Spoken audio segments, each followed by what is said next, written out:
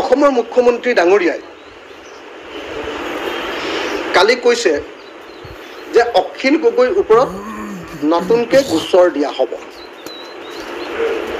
কৈছে যে কা আন্দোলনৰ সময়ত আমি বহুত মিছা কথা কৈছিলোঁ। কৈছে যে প্ৰত্যেকটো মিছা কথাৰ বিনিময়ত এটা গোচৰ অখিল গগৈৰ ওপৰত জাপি দিয়া হ'ব। মই প্ৰথমতে তেখেতক প্ৰত্যাহ্বান জনাইছোঁ যে মোৰ ওপৰত কা আন্দোলনৰ ওপৰত 16টা গোচৰ আছে, সৰ্বমুঠ 16টা গোচৰ আছে। ডিব্ৰুগড়ৰ পৰা গোৱালপাৰালৈকে চবতে অসমৰ চাৰিওফালে মোৰ ওপৰত কা আন্দোলনৰ গোচৰ আছে।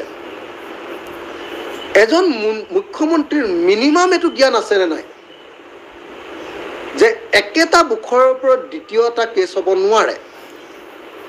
মিনিমাম তেওঁ বোলে এডভোকেট আছিলে, বোলে তেওঁ বোলে অধিবক্তা আছিলে। আৰু মই কোৱা শুনিছিলোঁ, কোনোবা এজন জাজে কোৱা শুনিছিলোঁ যে তেওঁ অধিবক্তা হ'লে বোলে ভাল অধিবক্তা হ'লগৈহেঁতেন। এতিয়াহে তেওঁ অধিবক্তাৰ প্ৰকৃত জ্ঞানৰ নমুনাটো এতিয়াহে ধৰা পৰিলে। কা আন্দোলনৰ ওপৰত মোৰ 16টা গোচৰ আছিলে। হাইকোৰ্টে গোটেই গোচৰবিলাক একলগ কৰিবৰ কাৰণে নিৰ্দেশ দিছে, বহুতকেইটা গোচৰ। কাৰণ এটা বিষয়ৰ ওপৰত দুটা গোচৰ কেতিয়াও থাকিব নোৱাৰে। আৰু অসমৰ মুখ্যমন্ত্ৰীয়ে এতিয়া যেতিয়া গৌৰৱ গগৈ জিকিব বুলি যেতিয়া গম পাইছে, লুৰিণজ্যোতি গগৈয়েও যেতিয়া সৰ্বানন্দ সোণোৱালক পুৰা হিলাই দিছে, এটা বিৰোধী ঐক্যমঞ্চৰ পক্ষত যেতিয়া হাৱা আহি গৈছে, ঢৌ আহি গৈছে, সেই সময়ত অখিল গগৈক ভয় খুৱাবৰ কাৰণে, কাৰণ অখিল গগৈয়ে সেয়া হাৱা আনিছে বুলি তেওঁলোকে অনুমান কৰিছে, গতিকে অখিল গগৈক ভয় খুৱাবৰ কাৰণে, ব্লেকমেইল কৰিবৰ কাৰণে তেওঁ মোৰ ওপৰত গোচৰ দিম বুলি কৈছে। মই প্ৰত্যাহ্বান জনাইছোঁ অসমৰ মুখ্যমন্ত্ৰীক যে মোৰ ওপৰত যিমান গোচৰ দিবলৈ আছে, যিমান গোচৰ মোৰ ওপৰত দিবলৈ আছে মুখ্যমন্ত্ৰী ডাঙৰীয়া, সিমান গোচৰ মোৰ ওপৰত দি দিয়ক আপুনি। কিন্তু আপোনাৰ চাৰদা কেলেংকাৰী, আপোনাৰ লুই বাজাৰ কেলেংকাৰী, আপোনাৰ APSC কেলেংকাৰীৰ অভিযুক্ত হিচাপে, আপোনাৰ এনচিলছ কেলেংকাৰীৰ অভিযুক্ত হিচাপে, আপোনাৰ মানৱেন্দ্ৰ হত্যা গোচৰৰ অভিযুক্ত হিচাপে, আৰু আপুনি দাস নামৰ ইঞ্জিনিয়াৰজনক এক্সটৰ্চন কৰিবলৈ গৈ এই যে কাপোৰ খুলি যে আপোনাক পিটিছিলে যিটো গোচৰত, সেই গোচৰবিলাক, এই প্ৰত্যেকটো গোচৰৰ ওপৰত আমিও নতুনকৈ চিন্তা আৰম্ভ কৰিম। আপুনি কি বুলি ভাবিছে নিজকে? আৰে আমি ৰাজনৈতিক অধিকাৰ পালন কৰিছোঁ। মই বিৰোধী ঐক্যমঞ্চৰ এজন নেতা, এজন সদস্য, এজন কাৰ্যকৰ্তা। মই বিৰোধী ঐক্যমঞ্চৰ কাৰণে কাম কৰিম, আৰু মই বিৰোধী ঐক্যমঞ্চৰ কাৰণে কাম কৰাৰ কাৰণে আপুনি কি মোক গোচৰৰ ভাবুকি দিব নেকি? এয়া আপোনালোকৰ গণতন্ত্ৰ। আগতে বিধানসভাত মই যেতিয়া সক্ৰিয় ভূমিকা লৈছিলোঁ, মোৰ লগত লাগি থকা কমলাক্ষ দেৱপ্ৰকাশৰ ওপৰত তেওঁলোকে গোচৰ দিছিলে, আৰু কমলাক্ষ দেৱপ্ৰকাশক ভয় খুৱাই তেওঁলোকে বিজেপিলৈ নিলে। তাৰপিছত ভৰত নৰহ ডাঙৰীয়াৰ পৰিয়ালৰ ওপৰত তেওঁলোকে কেছ লগালে। ভৰত নৰহ ডাঙৰীয়াকো যথেষ্ট পৰিমাণে ভয় খুৱাই দিছে। কিন্তু অখিল গগৈক ভয় খুৱাবলৈ হিমন্ত বিশ্ব শৰ্মা জন্ম হৈছে, তেনেকুৱা মানুহ কোনোবা? আপুনি মোক ভয় খুৱাব খুজিছে নেকি? মোৰ ওপৰত NIA গোচৰ লাগি আছে, কা আন্দোলনৰ NIA গোচৰ। আপুনি কি NIA গোচৰটোতে মোক গোটেই জীৱন জেলত ৰাখিব খুজিছিলে? আপুনি আৰু সৰ্বানন্দ সোণোৱাল আৰু অমিত শ্বাহে মোক গোটেই জীৱন জেলত ৰাখিব খুজিছিলে। আপুনি নোৱাৰিলে, আপুনি ফেইল কৰিলে। এতিয়া নতুনকৈ আপুনি মোক ভাবুকি দিব খুজিছে মুখ্যমন্ত্ৰী মহোদয়। আপোনাৰ ভাবুকিলে মই ভয় খোৱা মানুহ বুলি ভাবিছে নেকি? আপুনি কি বুলি ভাবিছে মুখ্যমন্ত্ৰী ডাঙৰীয়া?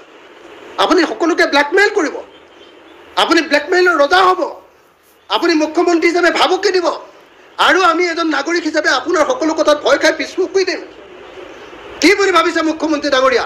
আপুনি বেলেগক তেনেকৈ দাদাগিৰি কৰিব, বেলেগৰ ওপৰত দম দিব, কিন্তু অখিল গগৈক এনেকৈ দম দিয়াৰ সাহস নকৰাই ভাল। এই কাম আপুনি নকৰিব মুখ্যমন্ত্ৰী ডাঙৰীয়া। আপুনি ভাবুকি দিবৰ কাৰণে চেষ্টা নকৰিব। আমাৰো মুখ আছে, আমাৰো শক্তি আছে, আমাৰো দিন আহিব। আপুনি তেনেকুৱা ধৰণৰ ভাবুকি কেতিয়াও নিদিব। আপোনালোকে সকলোৱে দেখিছে যে অসমৰ মুখ্যমন্ত্ৰীয়ে ভয় খাইছে, সেইকাৰণে মোক এনেকৈ ব্লেকমেইল কৰিব খুজিছে। তেওঁ মোৰ ওপৰত গোচৰ দিম বুলি ক'ব খুজিছে। অসমৰ মুখ্যমন্ত্ৰীয়ে ভয় খাইছে কাৰণ গৌৰৱ গগৈক সকলো ডেকা ল'ৰা ছোৱালীয়ে ভোট দিবলৈ আগবাঢ়ি গৈছে। যুৱ প্ৰজন্মই গৌৰৱ গগৈক ভোট দিম বুলি ইতিমধ্যে মুকলিকে ঘোষণা কৰি দিছে। অসমৰ মুখ্যমন্ত্ৰীয়ে ভয় খাইছে কাৰণ অসমৰ শিক্ষিত সমাজে সকলোৱে গৌৰৱ গগৈ আৰু আমাৰ লুৰিণজ্যোতি গগৈক ভোট দিবৰ কাৰণে সকলো চাৰিওফালৰ পৰা ওলাই আহিছে। অসমৰ মুখ্যমন্ত্ৰীয়ে ভয় খাইছে কাৰণ অসমৰ যিসকল মানুহক তেওঁলোকে ভুৱা আপোনাৰ অৰুণোদয় কাৰ্ড বিলাই ফুৰিছে, ভুৱা অৰুণোদয় কাৰ্ড, কিমান ভয় খাইছে তাতেতো ওলাই গৈছে ন। ইমান আপোনালোকে জিকিবই, আপোনালোকে গৌৰৱ গগৈক ইমান ইনচাল্ট কৰে, আপোনালোকে কয় যে গৌৰৱ গগৈ 2.5 লাখ ভোটত হাৰিব। যদি 2.5 লাখ ভোটত হাৰে তেতিয়াহ'লে আকৌ আপোনালোকে এই ভুৱা ৰেচন কাৰ্ডখন কিয় আনিছে? ভুৱা ৰেচন কাৰ্ডৰ জৰিয়তে কি কয় ভুৱা অৰুণোদয় কাৰ্ডখন কিয় উলিয়াইছে?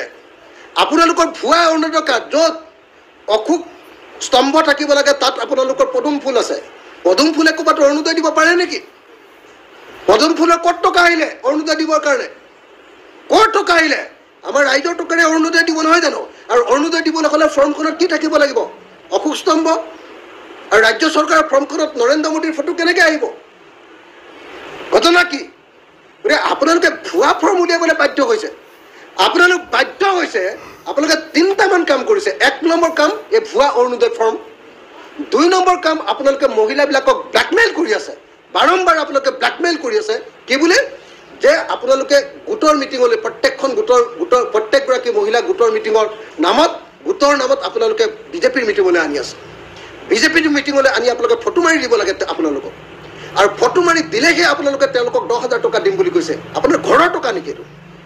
আপোনাৰ দেউতাৰ টকা নেকি এইটো? আপোনাৰ পৰিয়ালৰ পত্নীৰ টকা নেকি এইটো? কাৰ টকা এইটো?